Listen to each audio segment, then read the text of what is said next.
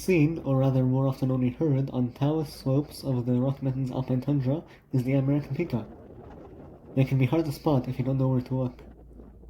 Pikas, or pikas, inhabit talus slopes covered in layers of fragmented rocks, in the crevices of which they live in burrows. They work the short alpine summer away, foraging and gathering plants, which they store in the burrows and hay piles. They don't hibernate, instead, they rely on the cache of now dried plants they gathered in the summer to get them through the long alpine winter. Their short ears and compact shape helps them conserve heat. They are considered relatives of rabbits, but unlike most rabbits, they are quite vocal. Though they are solitary and territorial, they can be found living in colonies, separate neighboring territories, and their rather loud calls help them communicate one's activity and possible danger to the surrounding pikas. Once they pick a territory, they stay there for life. They can grow to be 18 centimeters long.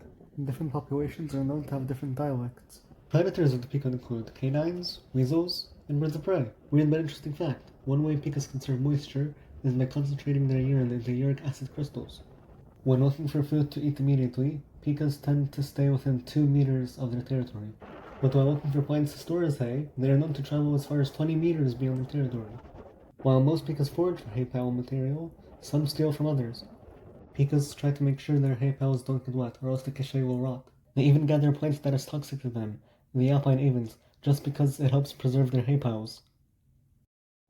Once its toxins have degraded, they eat the plants as well.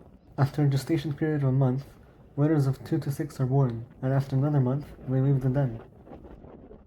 Pikas can be seen in the summer, scurrying along talus slopes, living between vegetated patches and their rocky burrows.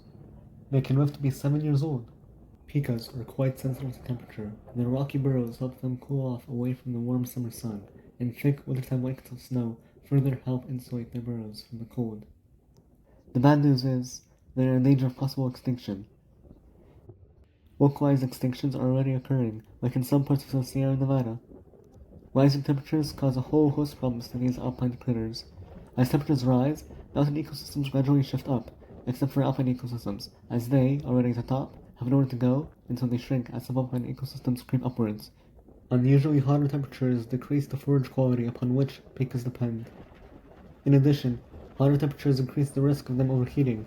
They can die when exposed to temperatures above 24 degrees Celsius, around 75 degrees Fahrenheit.